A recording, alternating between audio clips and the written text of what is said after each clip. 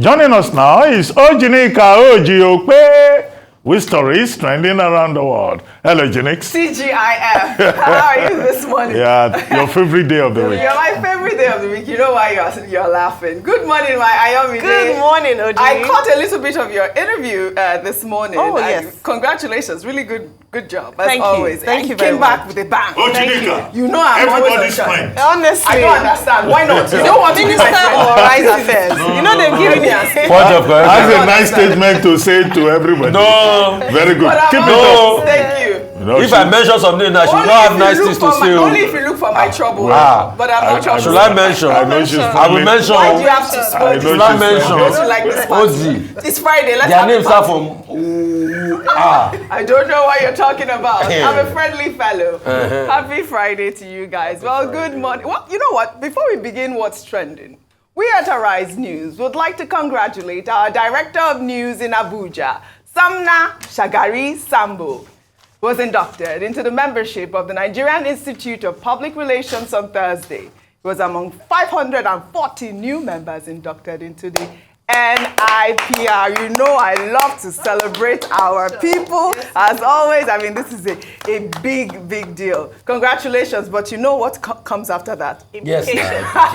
And it's a Friday, good day for implications. Good day for implications. Congratulations, Somna Sambo. Well, you know, MNIPR. NNIPR. Please add that. MNIPR. You know, I say oh yeah a lot. I love it. Oh yeah, pull it off. Let's go. Well, all right. You know, Dr. Abati, yesterday we congratulated Eberechi Suzzette Nyesom-Wike, wife of the Minister of the Federal Capital Territory, who was appointed as one of the appeal court judges on Wednesday. While in celebration, the FCT minister is seen in this now viral video dancing and singing to an Igbo song, which translates to "My hands are clean," as he reunited with some members of the defunct G5 governors. Let's take a look.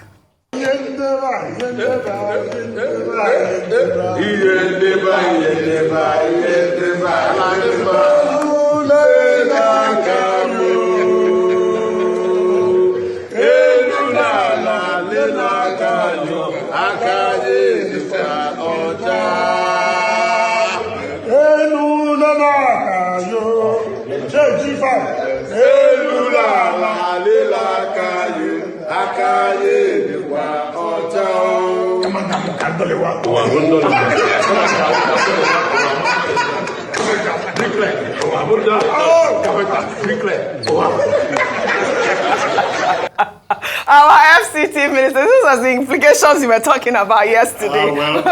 The implication is for the G5. Yes. You know, celebrating with the minister of the FCT on the elevation of his wife. Yes. Well, I've seen people saying Sheyi Makinde was not there. Yeah. So the G5 was Some not members, complete. yes, it was some I've members. also heard people say, well, it looks like Nyesom-Wike now is at the same level, which is former godfather Peter Odili. His own wife made it to the Supreme Court, and very soon Wike will have a wife on the Supreme Court bench too. But that's neither here nor there. The song is about my hands are clean. My hands are clean. Are their hands clean? That's the people of the PDP may not say that their hands are clean.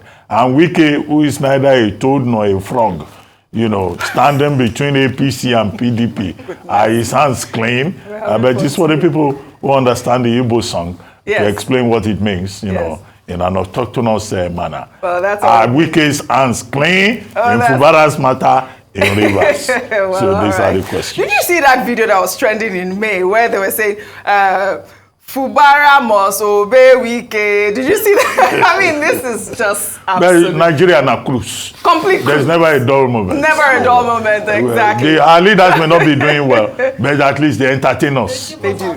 Have you seen that video? Which one? Where somebody was imitating President Tinubu in the flood. They always do. Oh, goodness, you have to send it to me. You have to haven't seen that. Well, Classical. Trust that I'll bring it up on What's Trending. Well, we'll take another story then.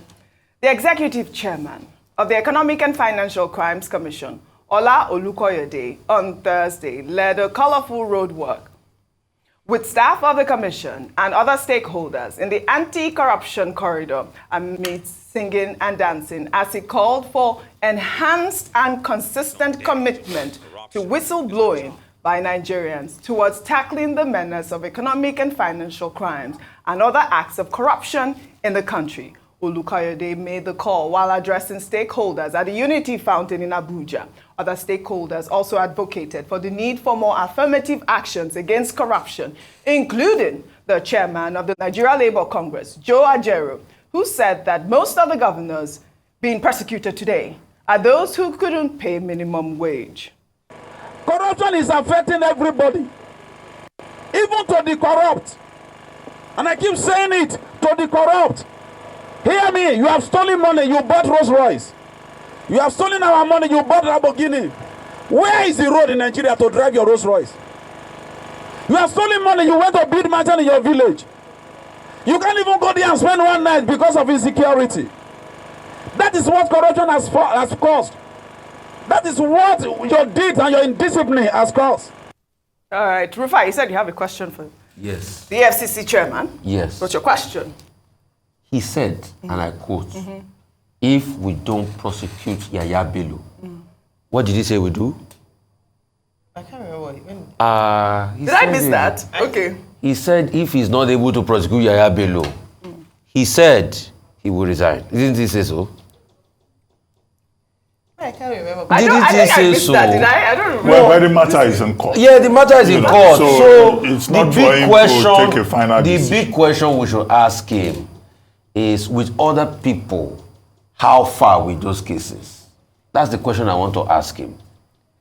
We love the march. It's a good march. It's as well because corruption, we can see over 700 billion have been taken in corruption. Yeah. But please, this Yaya Bello's matter will be a very good litmus test for him. The matter is in court. How far with it? That's just the question I want to ask him. Yes. How far with Yaya Bello's matter? Yes. You know, it's beyond them. I mean, the courts have taken No, we over know. the matter. Yes. They are the ones prosecuting. Yeah. Hope they have their case intact. It's not Yeah. that it's beyond them. Oh. The reason why EFCC are not be able to nail a lot of people all this while is that they put up a shoddy case and they go to the court and they lose the case in the court. So those are some of the criticisms. At the end So of the day, it's not yeah. beyond him. Oh. They should do their part. That's At the end of justice. the We day, need I to think get to the this end of the was matter, a, and justice must be done.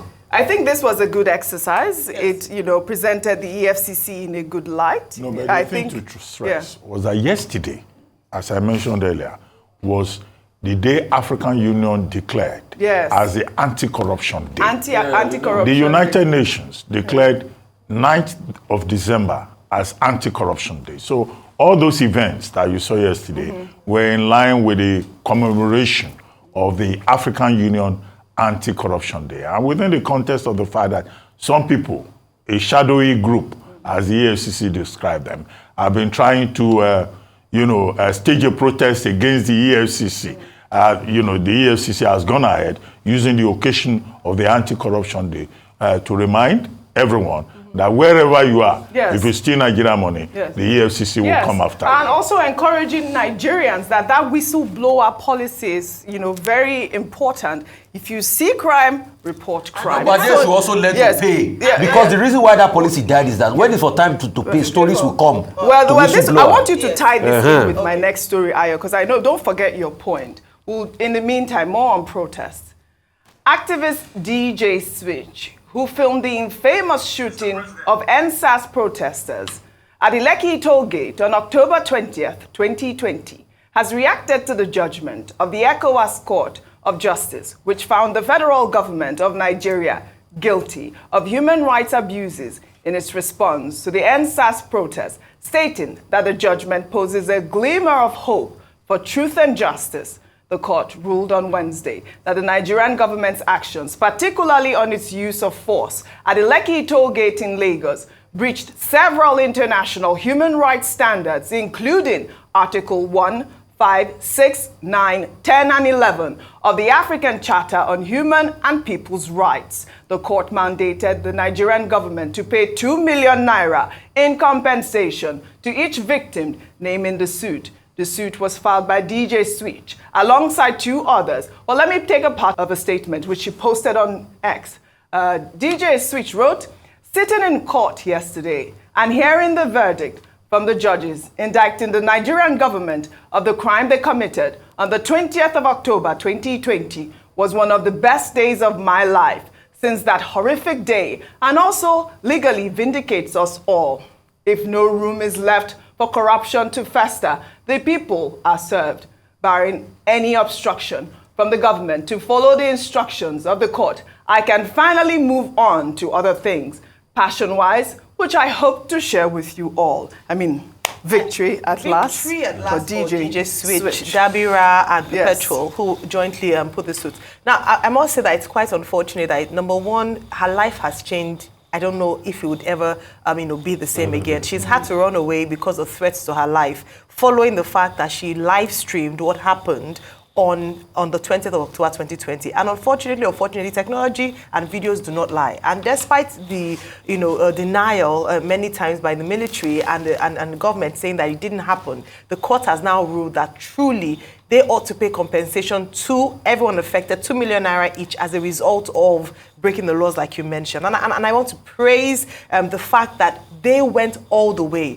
People can succumb to intimidation, not just from the government, but even from people around who were almost gaslighting them to believe that that incident didn't happen. A number of people saw the live stream by DJ Switch, watched it while it was happening live. It was horrific. And I'm glad that they pursued it up to the courts and were able to get the justice that is due to them. Beyond that, I hope that the government finally, we're talking about I'll talk about William Ruto later, and I think we'll talk about that later. Yes, with regards to the fact that sometimes what people want is just that you listen to them, that you hear them, and that when things are wrong, and obviously by courts, because if we're saying that they should obey court rulings in Nigeria and the rule of law, then we must be able to also respond even to courts that were, especially to conventions that were assigned to. And so I hope that this would be done, and justice will be, payments will be made, and they would also respect them. Now, with regards to Ola Olukoyede, with the march, I must say that in terms of his tenure so far, he has positioned himself and spoken very loudly about the fact that there'll be no sacred cows. And just to give him the benefit of that doubt, to see him fight corruption. We are losing a lot of money as a nation as a result of corruption. Look at the report released by National Bureau of Statistics in collaboration with UNODC, where they say that 60% of people who are employed in public sector got there by either nepotism or corruption. It means that people bribe their way, and then we talk about lack of productivity in the nation. We talk about the fact that people are not, people are incompetent in their roles. So this is important. Every single person should put hands together and report any case that you see. Absolutely. Love that point. Let's head over to Kenya now, where President William Ruto on Thursday fired almost his entire cabinet following widespread anti-government protests in the country last month. The protests, led by youth groups, were triggered by proposed tax increases that Ruto later withdrew. The unrest led to clashes with the police, leaving at least 39 people dead, and a brief occupation of parliament by demonstrators. Well, William Ruto stated in a televised address to the nation that he was also firing the Attorney General of the country, but clarified that the office of the Deputy President will remain unaffected. I have today, in line with the powers given to me by Article 1521 and 1525B of the Constitution and Sections 12 of the Office of the Attorney General's Act, decided to dismiss with immediate effect all the Cabinet Secretaries and Attorney General of the Republic of Kenya, of the Cabinet of Kenya, except the Prime Cabinet Secretary and Cabinet Secretary for Cabinet Secretary for Foreign Affairs and Diaspora Affairs. And of course, the office of the Deputy President is not affected in any way.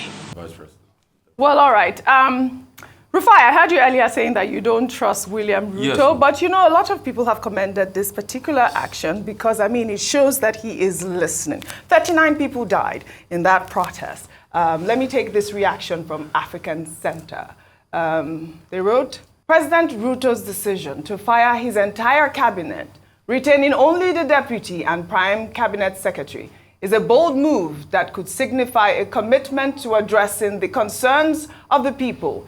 If this action leads to the formation of a more responsive and effective government, it could be a positive step towards enhancing governance and improving the well-being of Kenyans.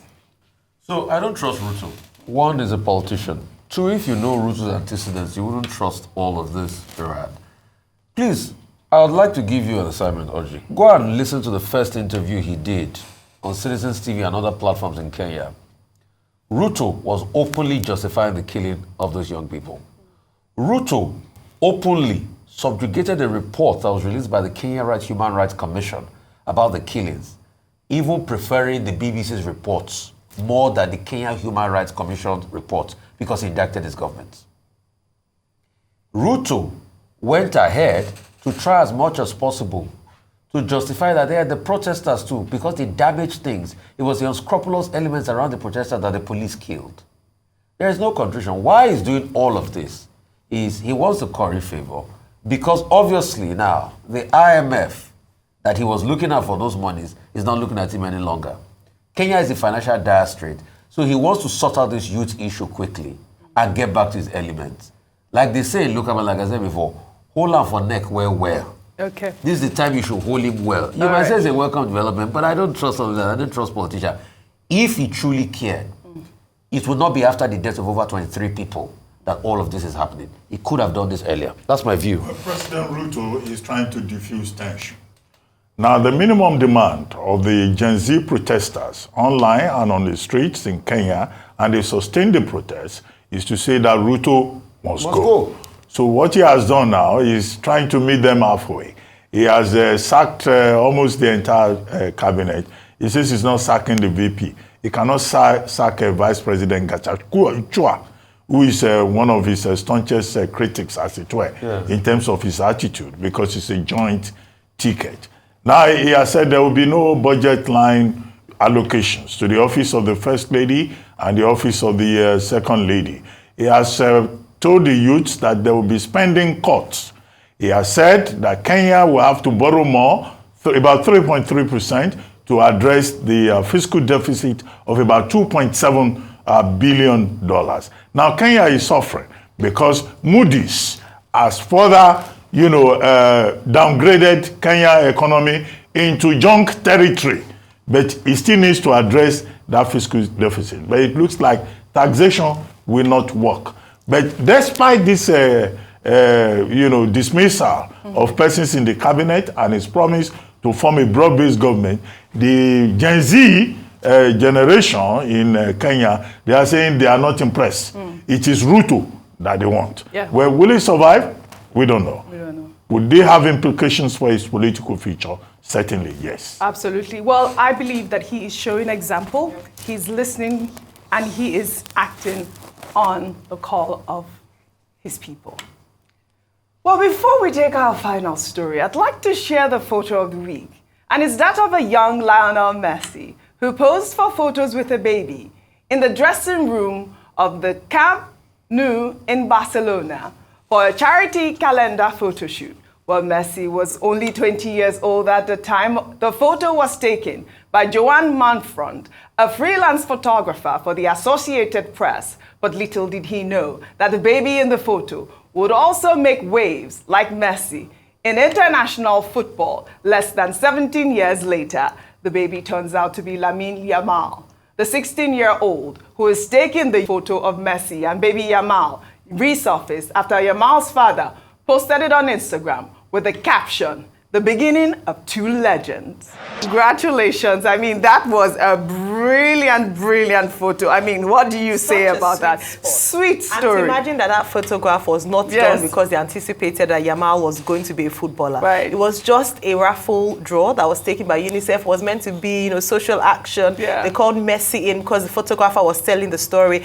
and he picked up the baby. He didn't know the baby, and years down the line to see that this is the stuff that great documentaries or movies are made out of, and it's just to see that life can be poetic in nature in terms of looking at the young Yamal, never knowing that he's going to be the star that we celebrate today, and linking him to the greatest of all times, arguably, Lionel Messi. Excellent, really beautiful way. I mean, I loved it when I saw the story. All right, well, we'll take our final story then.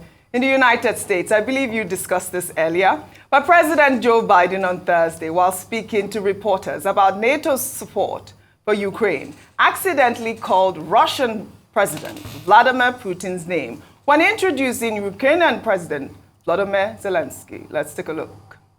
And now I want to hand it over to the President of Ukraine, who has as much courage as he has determination. Ladies and gentlemen, President Putin. President Putin. You can beat President Putin. President Zelensky. I'm so focused on beating Putin, we got to worry about it. Anyway, Mr. President. I'm better. You are a hell of a lot better. Well, all right, Rufai, Dr. Abati, we all discussed this earlier, but I was up all night watching that 59-minute press conference that I thought was brilliant. I know you're laughing. He's 82. How old is he? 81. He was 81. He's going to be 82 this year. But he did absolutely amazing. Well, in the 59-minute press conference later in the day, Biden maintained that he's the most qualified person to run for president. However, in a question from Reuters on the future of his candidacy, Biden stumbled in his response by calling Vice President Kamala Harris Vice President Trump. I wouldn't have picked Vice President Trump to be Vice President, but I think she was not qualified to be president. Like I said, I watched this and I think that he maintained his stance. I mean, even just yesterday, we all make mistakes. Come on. I mean, he made what? 2 gaffes? Yes. In the whole sum. I mean, I don't know And why just you are names. giggling. And they're just yes. names. It wasn't, because he really stayed consistent on all the topics that were raised. He was asked questions, they were unscripted, and he did excellently well. Ayo. Yes, he did. And I said it earlier that people make mistakes with their names. I can say, Oji, Dr. Abati, sorry, Rufai, because we work together. Yes! And sometimes Dr. Abati, Absolutely. but the truth is that people, if it were major things, Yes. yes. But I think that he's under a lot of scrutiny. Yes. And any little thing he does is magnified. Yes. I don't think that's enough. Yes, he makes gaffes, but I don't think this one is enough to then judge him by and say that, oh, it was a big mistake, it was a big error. He did very well with that interview. Yes. He spoke to critical issues. Yeah. And let's Go ahead. Go ahead. President Bush, when I check records, was known to make a lot of gaffes. Right. Freudian slips, mispronouncing words, inventing words that even never it was in English language, misunderestimate and all of that. But Oji, there's a difference between a cognitive decline and Freudian slips. I don't know what that means, Biden- so please explain in Biden- clear terms when no. it has to do with Biden. What does that mean Biden with the story from freezes. yesterday? Which is fine. Eh? Yes, for his age, absolutely. I freeze. Freezes. I think so. I freeze Let me too. tell you, Yeah. there are a whole lot more people in his age. I know aging is a gift. I'm not defending Biden. There are a whole lot more Don't people think in that's his what I'm age doing. Yeah. that do better. Yes. And I don't think he has the capacity. And that's why his party doesn't even believe it. His donors do not believe in him. I think for So, me, this particular let's just rest speech with he it. had actually Is made that him look age- better. Age than- is an issue Yes. in American election. And this is an 81-year-old man. So his verbal miscues, his mental acuity, they are part of the issues for campaign. Right, all right. Donors are concerned. All right. The bundlers are concerned. All right. And the party members are also concerned. Right. But we'll see, We'll see. when the party holds its convention. Yes, at the in end of the August. day, we are all human beings. Well, I'd love for you guys to enjoy your weekend. Absolutely. Well, that's all I have for you guys on What's Trending today. I'll see you all next week.